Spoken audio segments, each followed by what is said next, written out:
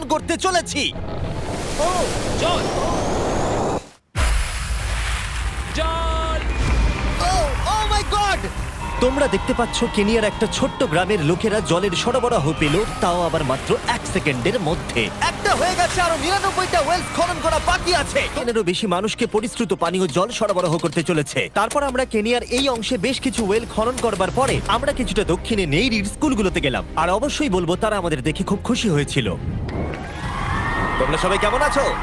আমি এতটা আশাই করিনি। সবাইকে স্বাগত জানানোর জন্য ধন্যবাদ। আমি বুঝতে পারছি না কি করে রিঅ্যাক্ট করব। তোমাদের সকলকে ধন্যবাদ জানাই। আমরা আসার জন্য এই গ্রামে একটা ওয়েলকাম সেরিমনি হয়ে গেল, আর নোলান তার মধ্যে অংশ নিয়ে নিল। তার মধ্যে নোলানকে দেখতে সবথেকে অকওয়ার্ড লাগছে, আর এগুলো দেখতে আমার খুবই ভালো লাগছে। আর যখন আমরা স্কুলগুলো ঘুরে দেখলাম, দেখো একজন গেস্ট এসেছে। কেমন আছো তোমরা? তোমাদের সব ঠিকঠাক চলছে তো? তোমরা সবাই ভালো থেকো। একজন টিচার আমাদের দেখালো কিভাবে সবাই জল আনে। সেটা এই নদীটা থেকে, যার জল খাবার একদমই উপযুক্ত নয়। এখান থেকে ছাত্রছাত্রীরা জল খায়। হ্যাঁ এটা তো পাগলামি। হ্যাঁ, আপনি জানেন স্টুডেন্টদের ডায়রিয়া, টাইফয়েড, নানা রকম ইনফেকশন হতে থাকে, কারণ আমরা এই জল ব্যবহার করে থাকি। তাই আমরা ওদের যতটা সম্ভব চেষ্টা করি যত্নে রাখার, কিন্তু আপনারা দেখতেই পাচ্ছেন যে কি অবস্থা। কিন্তু জীবনে বাঁচার জন্য জল তো লাগেই। এই পরিস্থিতিটা দেখে আমাদের খুবই খারাপ লাগলো। এই অস্বাস্থ্যকর জল খাওয়ার ফলে বাচ্চাদের জীবন ঝুঁকিপূর্ণ হয়ে যায় এবং কখনো কখনো সংক্ষিপ্ত হয়ে পড়ে। কিন্তু অন্তত এই গ্রামের জন্য আমরা এই পরিস্থিতিটাকে বদলাতে চলেছি। আমার মনে হয় না এটা আমার মাথায় ফিট হবে। আমার মাথাটা অনেক বড়। দেখা যাক আমরা জল খুঁজে পাই কিনা। ও ও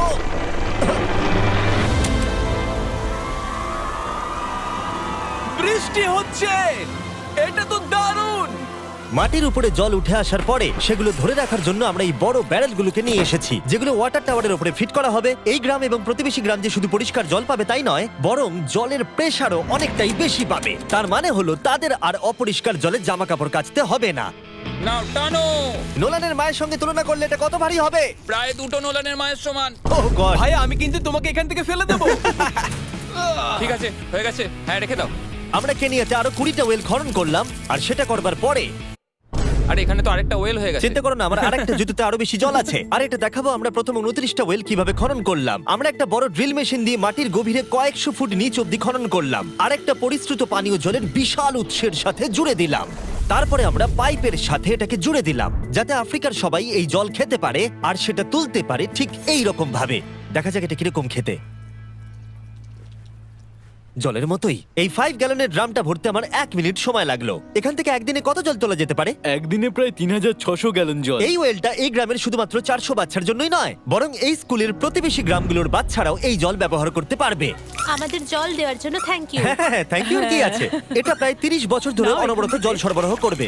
আপনারা হয়তো এটা ভাবছেন যে এই বিশাল কর্মকাণ্ডের জন্য গভর্নমেন্টের সাহায্য নেওয়া হয়েছে, কিন্তু এটা সত্যি নয়।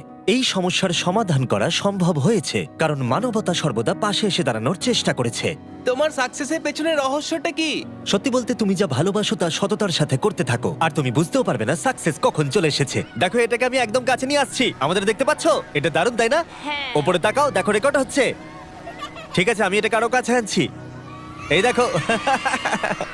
তোমরা নিজেদেরকে দেখতে পাচ্ছো? আমরা এই গ্রামের জন্য ওয়েল খনন করতে সক্ষম হয়েছি, এবং এই গ্রামের জন্য, এবং আরো এরকম 12টা গ্রামের জন্য। আর যখন আমাদের ওয়েল খনন করা শেষ হলো, আমরা তো স্কুলগুলোকে কিছু ব্র্যান্ড নিউ কম্পিউটার দিয়ে সাহায্য করার চেষ্টা করলাম। আচ্ছা, ওরা খুশি হবে তো? ওরা খুব Thank you. খুশি হবে, Thank খুব you so খুশি। পরিস্থিতিটা ভালো হয়েছে থেকে ভালো লাগছে। আমরা ক্লাসরুমগুলোকে সাজালাম নতুন ফার্নিচার দিয়ে, নতুন কিছু সেলফ রাখলাম, আর তার সাথে নতুন কিছু বই। সব স্টুডেন্টদের একটা করে সকার বল দিলাম। এটার জন্য ধন্যবাদ। Thank you, Mr. Beast. আর তাছাড়া প্রত্যেকটা ক্লাসে একটা করে হোয়াইট বোর্ড আর একটা করে প্রজেক্টর দিলাম। তোমাদের এই প্রজেক্টর ভালো লেগেছে? আচ্ছা। আমরা আগে চক ব্যবহার করতাম, তাতে খুব ধুলো হতো, কিন্তু এখন সবকিছু পরিষ্কার রয়েছে। আমরা অনেক ধন্যবাদ জানাচ্ছি। কোনো সমস্যা নেই, আমরা খুব কমই করতে পেরেছি। তারপরে যখন আমরা 45 নম্বর ওয়েলটা খনন করবার জন্য সাইটে গেলাম, তখন আমরা বুঝলাম পরিস্থিতিটা আরো কঠিন। যখনই তাদের জলের দরকার পড়ে, তাদের জঙ্গলের মধ্য দিয়ে কয়েক মাইল যেতে হয়, আর তারপরে আরো কয়েক মাইল যেতে হয়, আর এই যাত্রাটা একটা বিশাল পাহাড়ের মধ্য দিয়ে হয়। আমি খুব সকালে ঘুম থেকে উঠে পড়ি ওই 4টে নাগাদ, কারণ তাড়াতাড়ি আমি যাতে স্কুলে জল নিয়ে আসতে পারি। এখান থেকে এইভাবে জল নিয়ে যাওয়া একেবারেই সেফ নয়। এই জায়গাটা খুব স্লিপারি, পড়ে যাওয়ার চান্স আছে। তাই যখন আমরা ওয়েল খনন করছিলাম, ওরা আমাদের দেখালো যে ওরা কিভাবে জল নিয়ে আসে। তোমাদের এই যাত্রাটা দিনে কতবার করে করতে হয়? দিনে 2 বার। দিনে 2 বার করে? ওরে বাপরে! তাহলে স্টুডেন্টরা এই জিনিসগুলো নেয় ও গড, 200 জন স্টুডেন্ট রোজ এটা করে। ভাবো এটা কতটা কঠিন। এটা খুবই কঠিন। ওরে বাপরে, বাপরে, এই রাস্তাটা তো খুবই খাড়া।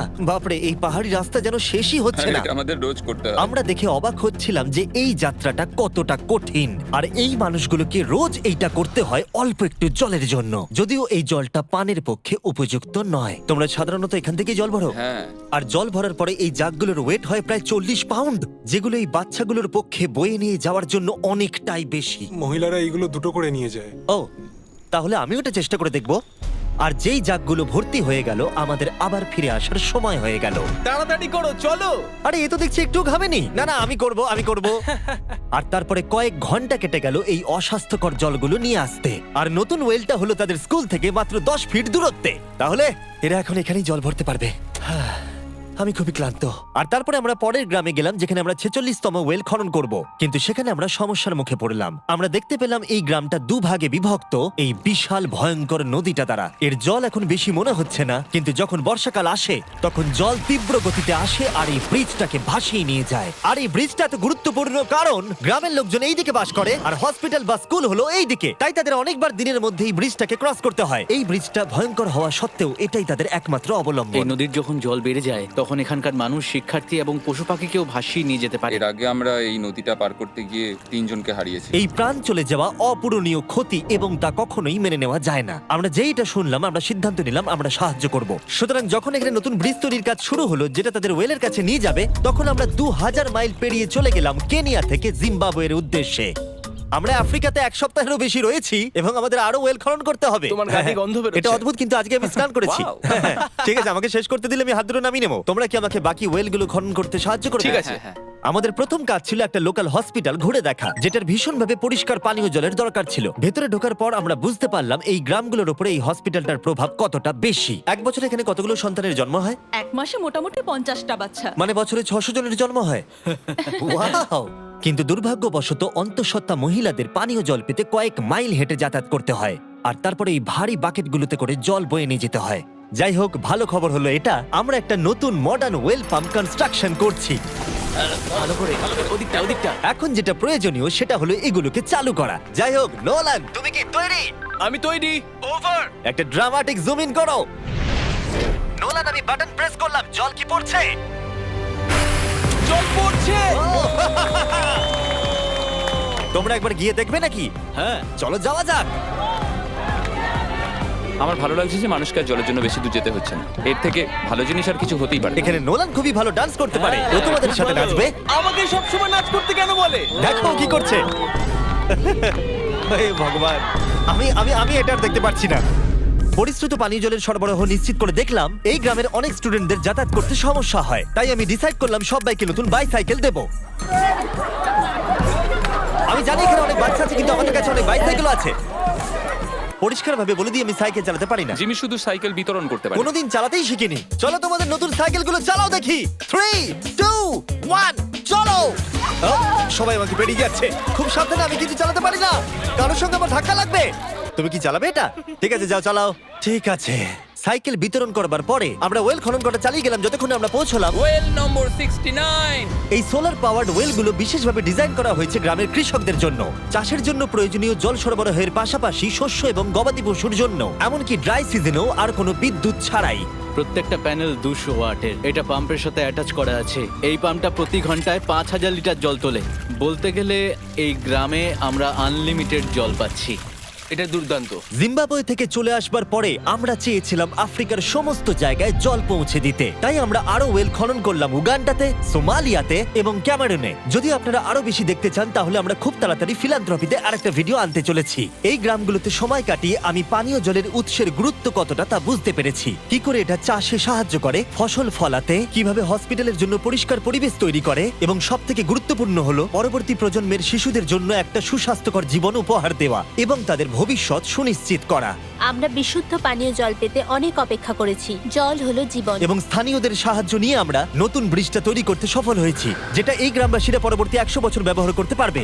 আমাদের জীবন এখন সুরক্ষিত, আমরা সব একসঙ্গে থাকতে পারবো, দুশ্চিন্তা দূর হয়ে গেছে। এই ভিডিওতে আমরা 100টা ওয়েল খনন করে অনেকের জীবন বদলে দিয়েছি, কিন্তু এটা যথেষ্ট নয়। তাই এই ভিডিও ছেড়ে যাওয়ার আগে আমি রিকোয়েস্ট করছি beastphilanthropy.org/wales এ যান, অথবা ডেসক্রিপশনের লিংকে গিয়ে সম্ভব হলে কিছু টাকা ডোনেট করুন। আমরা এই ভিডিও থেকে একটা টাকাও প্রফিট করছি না, আমরা এখান থেকে পাওয়া টাকার পুরোটাই কাজে লাগিয়ে দেবো ওয়েল খনন করতে, যেটা তোমরা ভিডিওতে দেখলে পৃথিবীর চারিদিকে। আমি জানি এটা শুনতে খুবই অদ্ভুত যে একটা ইউটিউবার এই সবগুলো করছে, কিন্তু কাউকে তো এটা করতেই হবে। কিন্তু জানি না এটা কারা করবে, তাই আমরা করছি। আমরা যতটুকু করতে পেরেছি তাতে অনেকের জীবন বদলে যাবে বলে আশা করছি। আর ফাইনালি 100তম ওয়েল। ও মাই গড, আমাকে ক্ষমা করে দাও।